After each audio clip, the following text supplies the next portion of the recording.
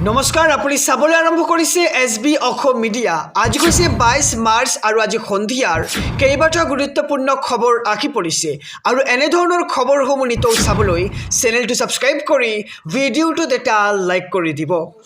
প্ৰধানমন্ত্ৰীকে ধৰি বিজেপিৰ 40 হাই profile star কেম্পেইনাৰে নিৰ্বাচনী প্ৰচাৰ চলাব অসমত। এক ডাঙৰ খবৰ জনাইছো, নিৰ্বাচনী ধুমুহা সৃষ্টি কৰিবলৈ অসমলৈ আহিব বিজেপিৰ 40 ষ্টাৰ কেম্পেইনাৰ। প্ৰধানমন্ত্ৰী, গৃহমন্ত্ৰী, প্ৰতিৰক্ষা মন্ত্ৰী লগতে ৰাষ্ট্ৰীয় সভাপতি বহুকেইখন ৰাজ্যৰ মুখ্যমন্ত্ৰীয়ে অসমত চলাব নিৰ্বাচনী প্ৰচাৰ চলাবলৈ অসম ভৰি পৰিব দিল্লীৰ VIP ষ্টাৰ কেম্পেইনাৰেৰে আৰু দৰঙত নিৰ্বাচনী প্ৰচাৰ চলাব প্ৰতিৰক্ষা মন্ত্ৰী ৰাজনাথ সিঙে। ওদালগুৰিৰ টংলাত নিৰ্বাচনী প্ৰচাৰ চলাব গৃহমন্ত্ৰী অমিত শ্বাহে আৰু হেভিৱেট কেম্পেইনাৰৰ আগমনক লৈ হাহাকাৰ লাগিছে বিৰোধী শিবিৰৰ মাজত আৰু নিৰ্বাচনী ধুমুহা সৃষ্টি কৰিবলৈ অসমলৈ আহিব বিজেপিৰ 40 ষ্টাৰ কেম্পেইনাৰ। প্ৰধানমন্ত্ৰী, গৃহমন্ত্ৰীকে ধৰি প্ৰতিৰক্ষা মন্ত্ৰী আৰু ৰাষ্ট্ৰীয় সভাপতিয়ে চলাব নিৰ্বাচনী প্ৰচাৰ। লগতে বহুকেইখন ৰাজ্যৰ মুখ্যমন্ত্ৰীয়ে অসমত চলাব নিৰ্বাচনী প্ৰচাৰ চলাবলৈ অসমত ভৰি পৰিব দিল্লীৰ VIP ষ্টাৰ কেম্পেইনাৰেৰে। আহিছোঁ পৰৱৰ্তী খবৰৰ মাজলৈ। ৰাজনৈতিক প্ৰেক্ষাপটৰ আৰু এটি ব্ৰেকিং নিউজ, ডাঙৰ খবৰ। অখিল গগৈক সময়সীমা বান্ধি দিলে শ্বেৰমান আলী আহমেদে আৰু আজিৰ ভিতৰত টিকট নাপালে নিৰ্দলীয়ভাৱে খেলিব নিৰ্বাচন। এক ডাঙৰ খবৰ জনাইছোঁ, সমগ্ৰ ৰাজ্যবাসীক অখিল গগৈক সময়সীমা বান্ধি দিলে শ্বেৰমান আলী আহমেদে। আজিৰ ভিতৰত টিকট নাপালে নিৰ্দলীয়ভাৱে খেলিব নিৰ্বাচন আৰু টিকট নোপোৱা সন্দৰ্ভত হাজাৰ লোকক লগত লৈ শ্বেৰমান আলীৰ বৃহৎ সভা দেখিবলৈ পোৱা গৈছে।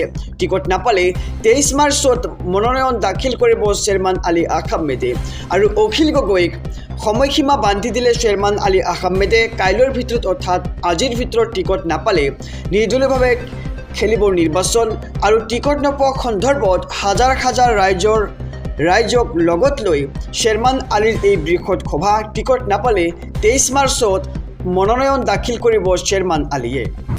আহিছোঁ পৰৱৰ্তী খবৰৰ মাজলৈ। ৰাজনৈতিক প্ৰেক্ষাপটৰ আৰু এটি ডাঙৰ খবৰ।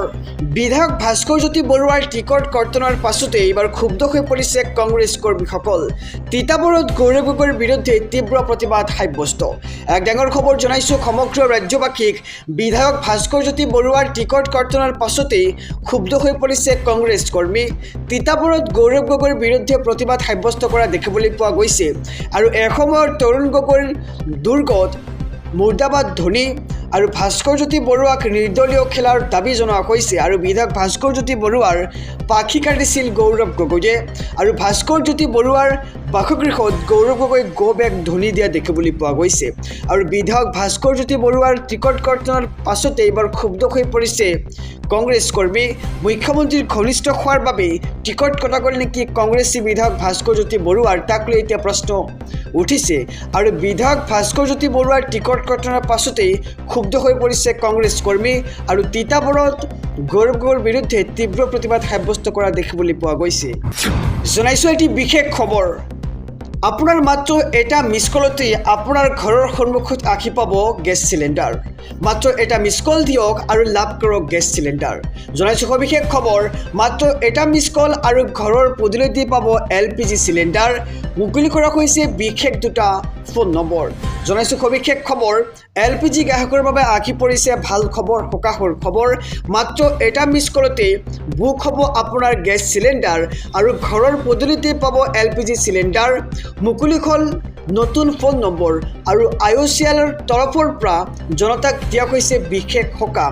মুকলি হ'ল দুটাকৈ নতুন ফোন নম্বৰ দুটা হৈছে 8927225667 আৰু আপুনি এই নম্বৰত কৰিব পাৰিব বুকিং। লগতে মিছ কল দি বুকিং কৰিবলৈ ডায়েল কৰক 8391990070 আৰু পুৰণি নম্বৰসমূহ পূৰ্বৰ দৰে থাকিব কাৰ্যক্ষম। গতিকে এই দুটা নম্বৰ নতুনকৈ দিয়া হৈছে, আপোনালোকে এই দুটা নম্বৰত মিছ কল দি আপোনালোকৰ ঘৰৰ সন্মুখতে লাভ কৰিব LPG চিলিণ্ডাৰ আৰু ঘৰতে বহি এতিয়া মুহূৰ্ততে বুক কৰক আপোনাৰ চিলিণ্ডাৰ LPG গ্ৰাহকৰ বাবে আহি পৰিছে ভাল খবৰ সকাহৰ খবৰ মাত্ৰ এটা মিছ কলতে বুক হ'ব আপোনাৰ গেছ চিলিণ্ডাৰ ঘৰৰ পদূলিতে পাব LPG চিলিণ্ডাৰ ডায়াল কৰক আপুনি 8927 নম্বৰ আৰু এটা নম্বৰ হৈছে 8391990070 আৰু পুৰি নম্বৰসমূহতো আপোনালোকে সেই সুবিধা লাভ কৰিব জনাইছোঁ ৰাজনৈতিক প্ৰেক্ষাপটৰ আৰু এটি ব্ৰেকিং নিউজ ডাঙৰ খবৰ বিজেপিৰ শক্তি দেখি মই আচৰিত হৈছোঁ আৰু এইবাৰ কংগ্ৰেছৰ পৰা বিজেপিত যোগদান কৰি প্ৰদ্যুৎ বৰদলৈৰ এই ডাঙৰ মন্তব্য এক ডাঙৰ খবৰ জনাইছোঁ বিজেপিলৈ আহি মই আচৰিত হৈ গৈছোঁ বুলি মন্তব্য বিজেপিৰ সাংগঠনিক শক্তি দেখি অভিভূত হৈছোঁ আৰু মোৰ হাতৰ আঙুলিত ধৰি বিজেপিয়ে মোক আগুৱাই লৈ যাব লাগিব সময়ৰ তাকৰ আৰু যৌথভাৱে আমি কাম কৰিম ৰাজনীতিত পাক ঘূৰণি আহিয়েই কৰ খুঁটি কৰলৈ যায় ঠিক নাই আৰু প্ৰতিদ্বন্দ্বী হ'লেও মীৰা বৰঠাকুৰৰ সৈতে সম্পৰ্ক বজাই ৰাখিম বিজেপিৰ শক্তি দেখি এবাৰ অভিভূত হৈছে প্ৰদ্যুৎ বৰদলৈ আৰু প্ৰদ্যুৎ বৰদলৈ এইবাৰ কেতবোৰ মন্তব্য কৰা পৰিলক্ষিত হৈছে বিজেপিৰ আশে মই আচৰিত হৈ গৈছোঁ বিজেপিৰ সাংগঠনিক শক্তি দেখি মই অভিভূত হৈছোঁ বুলি মন্তব্য প্ৰদ্যুৎ বৰদলৈৰ আৰু মোৰ হাতৰ আঙুলিত ধৰি বিজেপিয়ে মোক আগুৱাই লৈ যাব লাগিব লগতে তেওঁ কৈছে যে বিজেপিৰ সাংগঠনিক শক্তি দেখি মই আচৰিত হৈছোঁ আৰু মোৰ হাতৰ আঙুলিত ধৰি মোক আগুৱাই লৈ যাব লাগিব আৰু সময় তাকৰ যৌথভাৱে আমি কাম কৰি যাম আহিছোঁ পৰৱৰ্তী খবৰৰ মাজলৈ বিৰোধী ঐক্যৰ ভোটৰ অংকক লৈ চিন্তিত শীৰ্ষ নেতৃত্ব মিত্ৰতা হোৱাৰ পিছতো মসৃণ নখব নেকি জয়ৰ পথ কংগ্ৰেছ ৰাইজৰ দল আৰু অজাপৰ মিত্ৰতাৰ পিছতো নিষ্কণ্টক নখয় জয় বহু সমষ্টিত ভোটৰ অংক মিলা নাই বিৰোধী ঐক্যৰ দলগাঁও সমষ্টিত অৱশেষত প্ৰাৰ্থী প্ৰক্ষেপ কৰিলে বিজেপিয়ে সংখ্যালঘু অধ্যুষিত সমষ্টিত AIUDF ক্ৰমাৎ ফেক্টৰ সংখ্যালঘু অধ্যুষিত 23 সমষ্টিত তিনিটা এৰি দিলে RD আৰু AJP বিন্যাকান্তি অজাপক ৰাইজৰ দলক এৰি দিলে ধিং আৰু দলগাঁও গৌৰীপুৰ গোৱালপাৰা পূবত ৰাইজৰ দলৰে বন্ধুত্বপূৰ্ণ প্ৰতিদ্বন্দ্বিতা CPIMক এৰি দিলে ভৱানীপুৰ হৰভোগ আৰু গোৰেশ্বৰ সমষ্টি বিৰোধী ঐক্যৰ ভোটৰ অংকক লৈ চিন্তিত হৈছে শীৰ্ষ নেতৃত্ব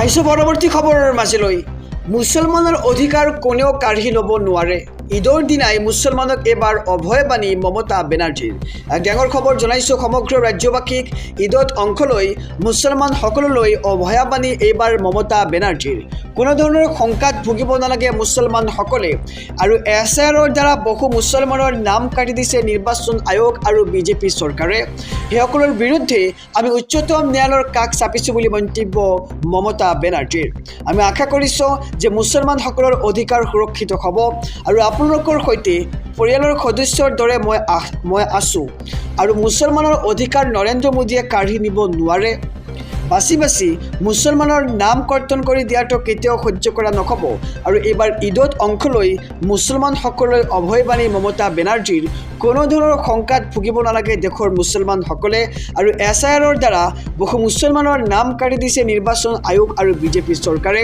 আৰু ইয়াক লৈ আমি উচ্চতম ন্যায়ালয়ৰ কাষ চাপিম বুলি মন্তব্য মমতা বেনাৰ্জীৰ আহিছোঁ পৰৱৰ্তী খবৰৰ মাজলৈ 26ৰ বিধানসভা নিৰ্বাচনৰ বাবে তৃণমূল কংগ্ৰেছৰ প্ৰথমখন প্ৰাৰ্থীৰ তালিকা ঘোষণা প্ৰথমখন তালিকাত 17গৰাকী প্ৰাৰ্থীৰ নাম প্ৰকাশ দলটোৰ চমৰীয়া সমষ্টিৰ পৰা প্ৰতিদ্বন্দ্বিতা কৰিব ৰাজ্যিক সভাপতি দুলু আহমেদে চমৰীয়া বিধানসভা সমষ্টিত আকৰ্ষণীয় খবৰ নিৰ্বাচনী যুঁজ কংগ্ৰেছৰ প্ৰাৰ্থী তথা বিধায়ক ৰেকিবুদ্দিন আহমেদ বনাম দুলু আহমেদৰ যুঁজ দেখিবলৈ পোৱা যাব আৰু সমষ্টিটোৰ সংখ্যালঘু ভোটাৰে কাক নিৰ্বাচন কৰি পঠিয়াব দিছপুৰলৈ এতিয়া শেষ হৈছে লক্ষণীয় 26ৰ নিৰ্বাচনৰ বাবে তৃণমূল কংগ্ৰেছৰ প্ৰথমখন প্ৰাৰ্থীৰ তালিকা ঘোষণা কৰা হৈছে প্ৰথমখন তালিকাত 17গৰাকী প্ৰাৰ্থীৰ নাম প্ৰকাশ দলটোৰ চমৰীয়া সমষ্টিৰ পৰা প্ৰতিদ্বন্দ্বিতা কৰিব ৰাজ্যিক সভাপতি দুলু আহমেদে আৰু চমৰীয়া বিধানসভা সমষ্টিত আকৰ্ষণীয় হ'ব এইবাৰ নিৰ্বাচনী যুঁজ আৰু কংগ্ৰেছৰ